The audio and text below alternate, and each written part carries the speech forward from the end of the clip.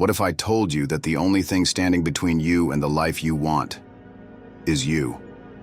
Not your circumstances, not your lack of resources, not even time, but the version of you that keeps hitting snooze, keeps making excuses, and keeps saying, "I'll do it tomorrow."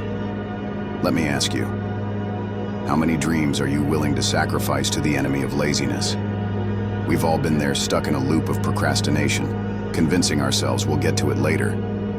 But here's the hard truth. Later doesn't exist. The version of you who's waiting for the perfect moment, the perfect plan, or the perfect motivation, that version of you is the problem. And today, we're going to kill that version. Because it's not your potential that's holding you back, it's your laziness. Think about it. When was the last time you felt truly proud of yourself? Not just satisfied, but proud. I'll bet it was a moment when you did something hard, something you didn't feel like doing, but you pushed through anyway. Laziness robs you of those moments. It whispers lies in your ear, telling you it's okay to rest a little longer, to put off your goals for one more day. But every day you give in, you're training yourself to accept less, to be less. Laziness isn't just a bad habit, it's a mindset. And like any mindset, it can be changed. The first step? Acknowledge it.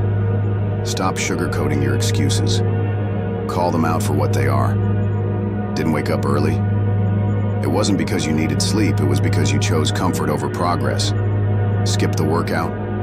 It wasn't because you were too busy, it was because you let laziness win. But here's the good news. Laziness doesn't have to define you. You can fight it. And the fight starts small. It starts with making a promise to yourself and keeping it, no matter how insignificant it seems. Set your alarm for 6 a.m. Get up at 6 a.m. Not because you feel like it, but because you said you would. Each time you keep a promise to yourself, you're building momentum. You're proving to yourself that you're stronger than the pull of laziness. Now let's get practical. The best weapon against laziness? Action.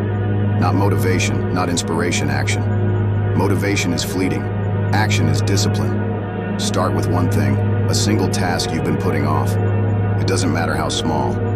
Just start. The hardest part is always the first step. Once you've started, the rest becomes easier.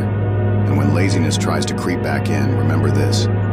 Every time you choose to act instead of procrastinate, you're not just completing a task, you're rewriting your story.